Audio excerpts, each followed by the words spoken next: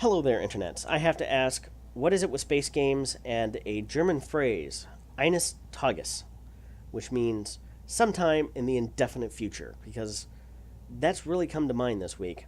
Okay, first let's talk about what did come out this week with Elite Dangerous and 3.2, aka Chapter 3 of Beyond. You got a Guardian Beacon, and it's a puzzle that you solve it once, and once you've seen it done on YouTube or experienced it for yourself, unless you need to grind more vessel blueprints. Some of us got lucky and grinded that shit back whenever the Guardian sites were first introduced and broken, and handing that stuff out like candy. I don't know what else is really there. There's another copy-paste chieftain variant that no one really cares much about, thanks to the crate.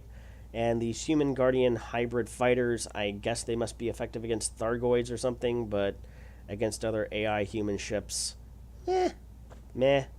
I got the railgun one, I got the plasma cannon one, and I've flown them. I had my elite AI ship-launched fighter pilot fly them, and I can't tell really any great things about them one way or the other. They're just kind of there. And then came the announcement today of what will not be coming in Chapter 4, which are fleet carriers and ice planet shaders. I don't think anybody really cares all that much about ice planet shaders. Please tell me how that interacts with providing more content and agency within the game world. It doesn't have one bit of an effect. Hey, it makes it prettier. That's great. Pretty game, pretty boring game. Doesn't really help things a lot.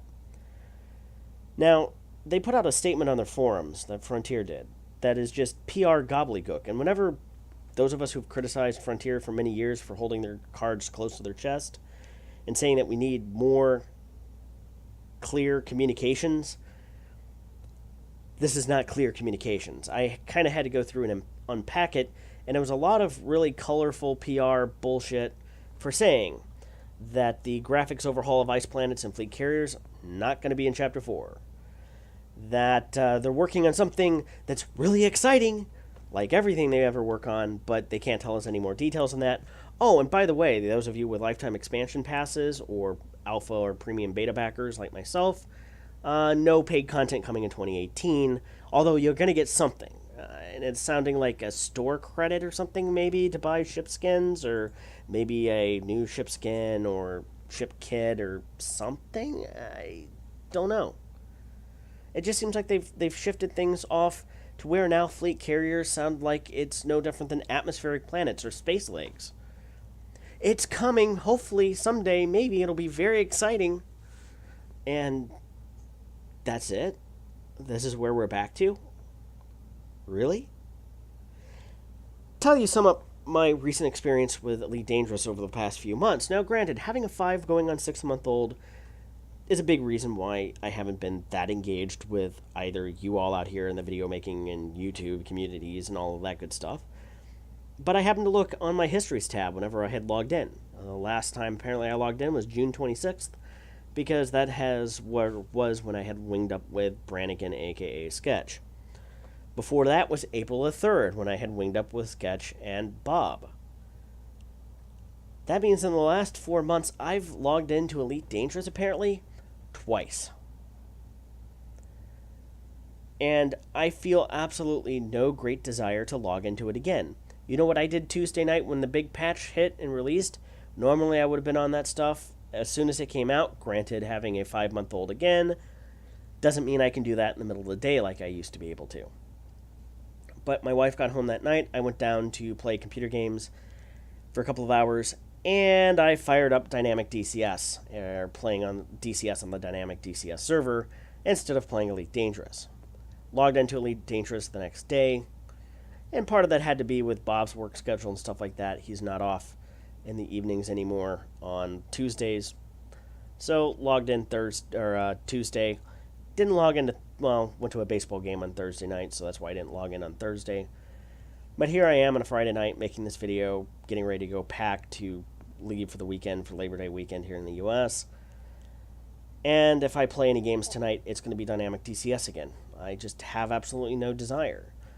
And otherwise, this fall, I would probably be logging in at least once, twice a week if nothing else, to start filling out material bundles to have in case. Because I had a feeling that what they were going with these overhaul of mining mechanics, which apparently still are in, as well as the squadron slash fleet slash guild slash clan, whatever you want to call it, mechanics, and changes to exploration, which I'm happy for people out there who like exploration. That sounds absolutely fantastic to me. But I had a feeling with these new mining mechanics that there would be some sort of unobtainium that you'd have to go out and mine, and you'd only be able to do so by hitting your right spots and doing it absolutely correctly, and get this unobtainium for building your fleet carriers. But now I don't know if this is idle conversation or if I'm reading something wrong here, but it sounds like they wanted to decouple fleet carriers from squadrons. I'm not exactly sure what's going on here. And then with this whole, well, there's not going to be paid content, there'll be paid content coming later, that there's a massive overhaul undertaking or some, I don't know. They said that there'll be more information about Chapter 4 in the coming weeks, whatever that means. I don't know. Chapter 4, I think, was the make or break moment for Elite Dangerous. And with No Man's Sky just pushing out a major release in the last 60 days that completely overhauled their game to being closer to what was promised a couple of years ago, this is probably make or break it for Elite Dangerous. And I think Elite Dangerous just broke it in Chapter 4. I have at this point no reason to log in for the rest of the year in Elite Dangerous. I don't know what that'll mean for Elite Dangerous content on my channel. As other people have pointed out, branching off into other areas, I plan to be doing a lot more DCS work.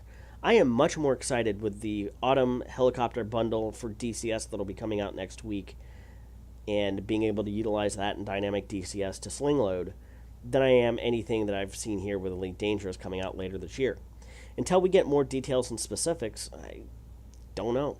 I think this may have been the make or break moment for Elite Dangerous, and it just broke. At any rate, be sure to like, subscribe. I don't know how much more content, if you're here for Elite Dangerous, content's going to be on my channel in the future, but we'll see. Until then, take care, and I will see you next time.